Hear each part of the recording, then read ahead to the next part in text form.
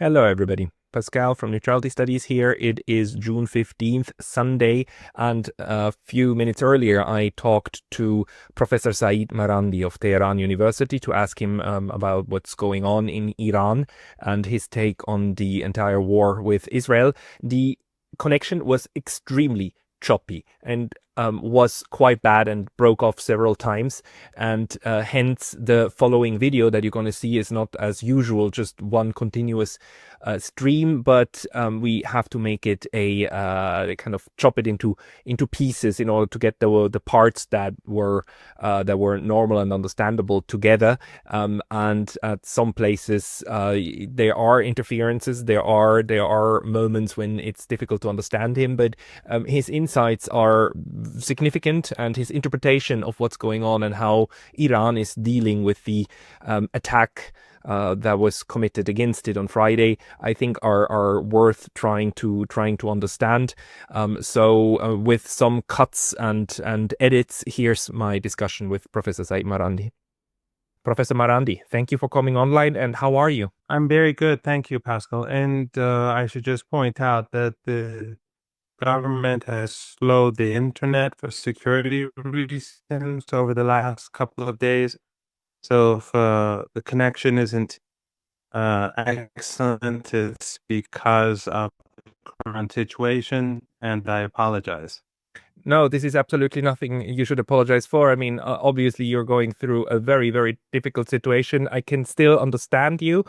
Could you tell us what is the situation like in Tehran? How are you on this Sunday morning? It is quiet right now in Tehran. It's been quiet for, I suppose, 7, 8 hours, or maybe more than hours. I'm not quite sure. And will strike again today. There's no doubt about that. They hit different parts of the country. But the Iranians, as I think people have seen, have retaliated harshly. And last night, they hit Israel very hard in different areas. We expect this war to go on for quite a while. And so the armed forces, they are working effectively. Air defenses are working better than before. And of course, the missile and drones that Iran is firing, they're having the effect that we were expecting. Now the Iran is also being hit again, right? It was hit again yesterday, and one of your oil fields, a very large one, is being was being targeted. The Tehran, the city, was targeted again. What is your assessment of the damage incurred at the moment? The damage so far has been very limited. It may seem a lot on social media, but Iran is a huge country. And also, a lot of the images that you see are not necessarily real. Some of them are from other war zones. Missile systems that the Israelis think that they have destroyed are just decoys. They spent a lot of money blowing up things that have no value in themselves. So the situation is good. Morale is high. People are outraged that the West would support a blatant act of aggression.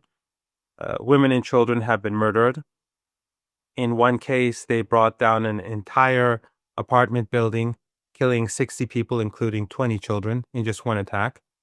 And the Israeli regime is indiscriminate, as you know, as we've seen from Gaza, as we've seen from Lebanon, as we've seen in their airstrikes everywhere and their attacks everywhere. They make no distinction between civilians and combatants. They view everyone as Amalek, as some subhuman, and they see themselves as above and beyond the rest of us, the chosen people. So when people are subhuman, then it doesn't really matter if it's a woman or a man or a child or a member of the military or the armed forces or some ordinary shopkeeper.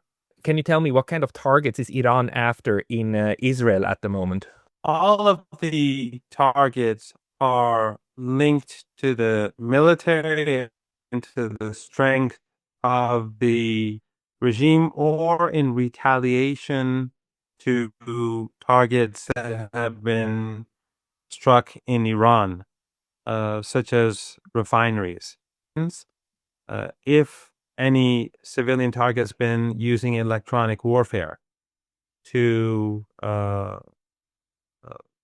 move or to uh, direct the way away the missile from its or the drone from its intended target.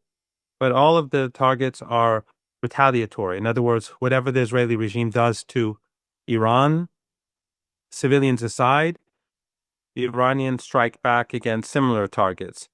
But the difference is that the Israelis strike apartment blocks, and they do so intentionally.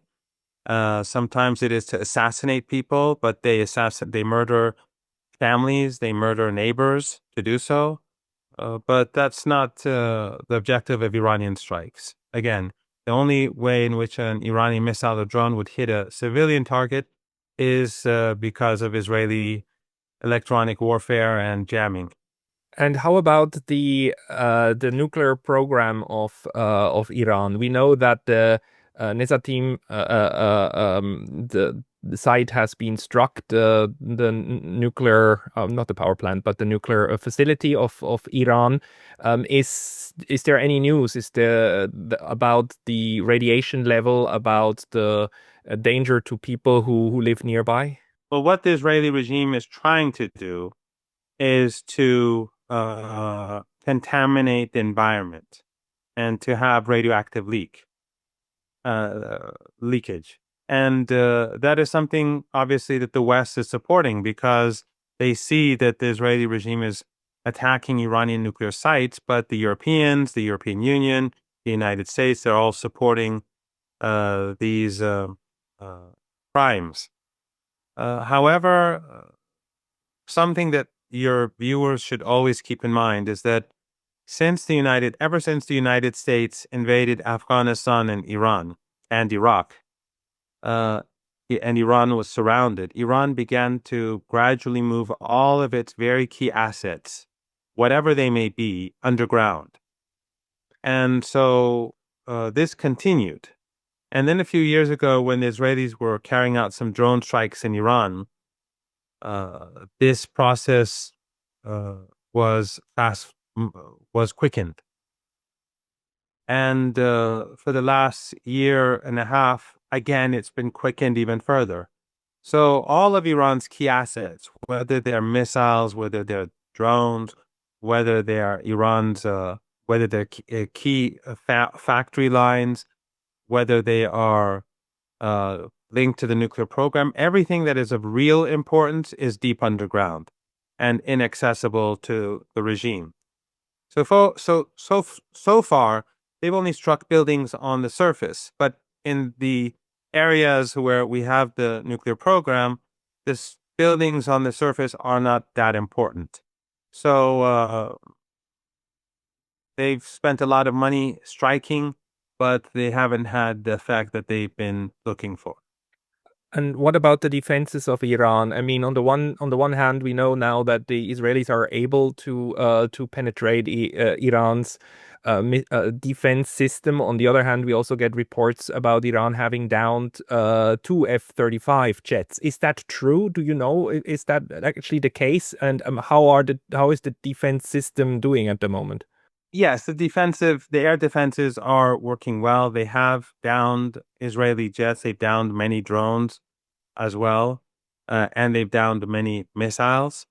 Of course, many get through. It's war, but the Israeli defenses, even though the entire West is defending the Israeli regime and helping it and mobilizing to help it carry out this aggression, but you see that Iranian missiles and drones are getting through, and their impact is much greater because the payload on Iranian missiles are much greater than the payload on the Israeli missiles.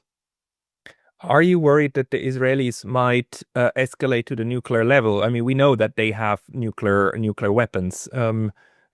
Is that scenario thinkable? Well, that question of yours just shows how insane the regime is and how insane Zionism is that anyone could even contemplate such a scenario. I think that if there's a serious intention to use nuclear weapons against Iran, then Iran's nuclear doctrine would change immediately. And I think by now the Americans and the Israeli regime have discovered that there's not anything that they could do about it. So that is a serious deterrent.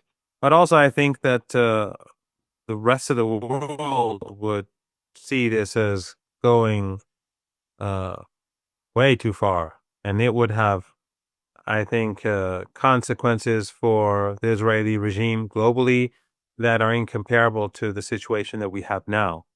But the most important thing is that if the Israeli regime moves in that direction, then immediately Iran will change its doctrine. So Iran does not want nuclear weapons. Iran never wanted nuclear weapons at any point. It never sought to build nuclear weapons.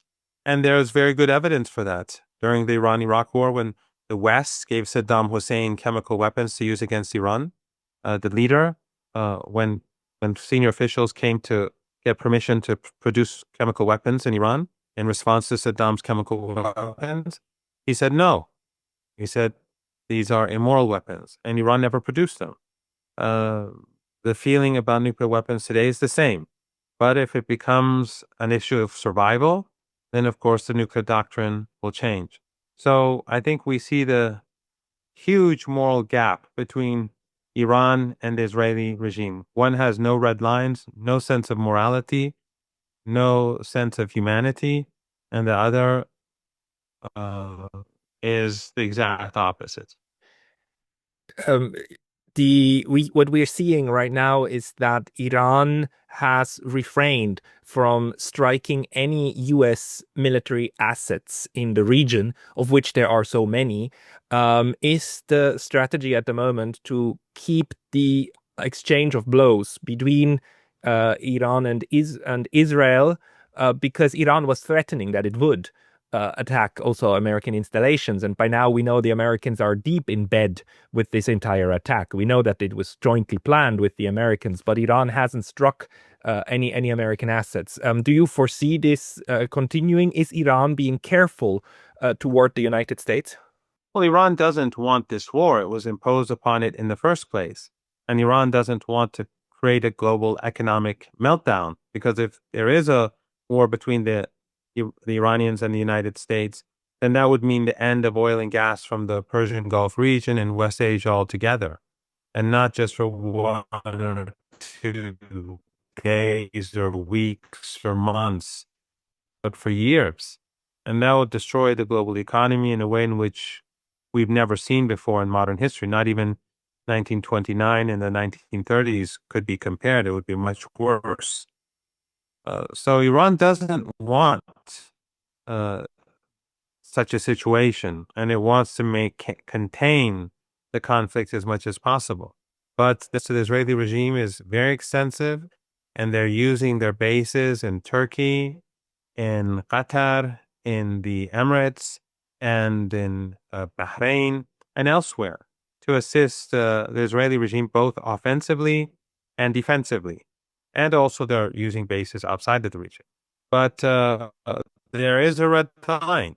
And if the Americans get involved directly against Iran, and they take out offensive actions against Iran, then there's no doubt that the Iranians will immediately retaliate, and the Iranians will consider those tiny Arab dictatorships in the Persian Gulf region as complicit, and they will have to pay the price. And I think that it's quite clear that these regimes will be swept away very quickly under such circumstances. The Emirates and Kuwait and others to do is to put pressure on the United States. Otherwise, If the United States makes the wrong move, that will be the end of these regimes. Um, and what do you, how do you foresee that this could be dialed down? I mean, Iran is striking back after being hit by Israel, but what would be the sequence of actions in order to get back to a ceasefire? The Israeli regime is going to have to back down, that this will not happen again. That has to be felt among the Israeli regime that this was a catastrophic mistake and that they had no success. That is the only way that this is going to end. For ordinary Zionists to understand that this sort of aggression comes with a price tag that is far too high. So Iran will continue to protect itself, to defend itself, to retaliate, and to make sure if the regime halts these aggressive actions and Iran's conditions are met, then we will have a ceasefire. But for now, Iran is determined to punish the Israeli regime and to continue punishing it until this sense of regret becomes very clear and evident. The attacks on Iran have been condemned by many states, including just most recently China, which outrightly said that this is an attack, an unprovoked attack against Iran, against the UN member. What is Iran going to try to do on the UN level? Because we know that the UN Security Council is blocked through the US and UK vetoes, but there are other avenues. Do you know what the plan is in order to drum up international support? Well, I think what Iran is doing right now has already achieved that. Iran was at the negotiating table. So the world sees that the Israeli regime is carrying out an act of aggression. They see that it is unprovoked. And they saw that Iran was at the negotiating table. And they saw that Trump, through his boasting that he was being dishonest and deceitful.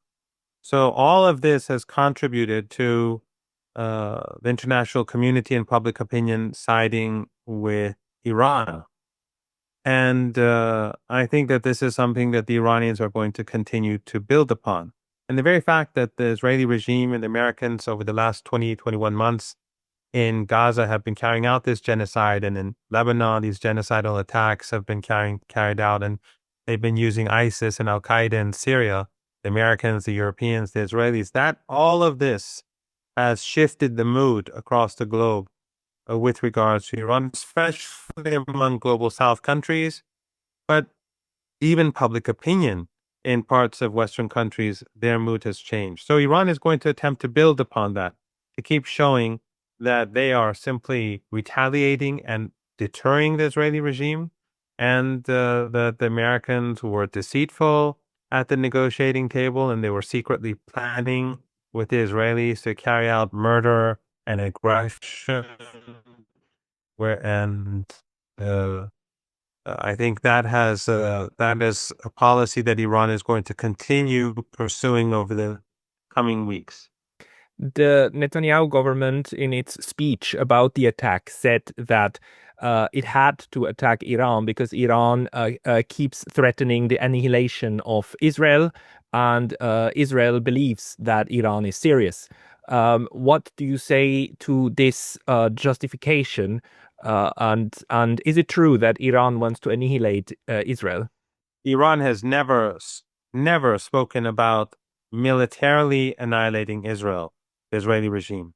Iran has said that this regime, as an apartheid state, as an ethno-supremacist state or regime, must come to an end, and that Palestinians must be treated as equal human beings. For Netanyahu and the Zionists, that means annihilation.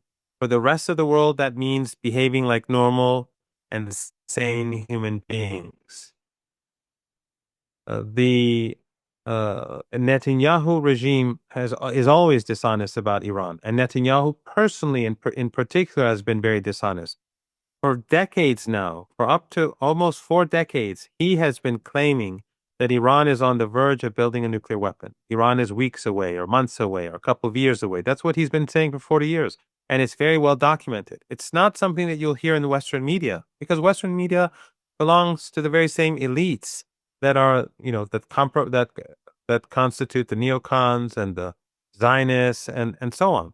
But the fact is that he's been lying all these years about nuclear weapons. The evidence is there, but they won't show it to the public, the media. You can only hear it through alternative media or other means. But it's clear Iran has said this from the very beginning that it believes that this apartheid regime must come to an end, like South Africa. The same model that has always been Iran's position. And so at the moment, do you think that the Europeans will this time take more of a neutral position when it comes to this war? Because we've seen that in the Palestine question, European governments and media have actually shifted. They've actually started to talk more critically about Israel. What's your expectation in regard to Europe? They've only shifted slightly, but they continue to support the regime. And the only reason why they've shifted is because public opinion has turned against the Israeli regime. So they are doing the minimum, and it's basically lip service or token actions. But they are helping the Israeli regime both in its aggression against Iran as well as in its aggression and genocide in Gaza as we speak. So the only thing that will move the Europeans to change their policy and to push for an end to this is for them to see that the Israeli regime is not doing well and that it is being hurt by Iran's retaliatory strike. So Iran is determined to make sure that the Israeli regime fails. And I think as that failure becomes more obvious, the Europeans and the Americans are gradually going to look for a way out for their ally in Tel Aviv. Professor Marandi, this situation is developing as we're speaking. So thank you very much for your time and for your explanations. And I hope we can come back to you in a couple of days or weeks to hear your updates. We all appreciate that you're giving us your honest opinions.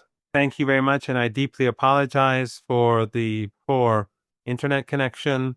But as I said earlier, they've slowed it down for security reasons. Hopefully in the days ahead, and after the Israeli regime has failed and we have an end to this, then people will be able to hear much better discussion with better quality. But I'm always available to have a conversation with you, and I'm very grateful for this opportunity.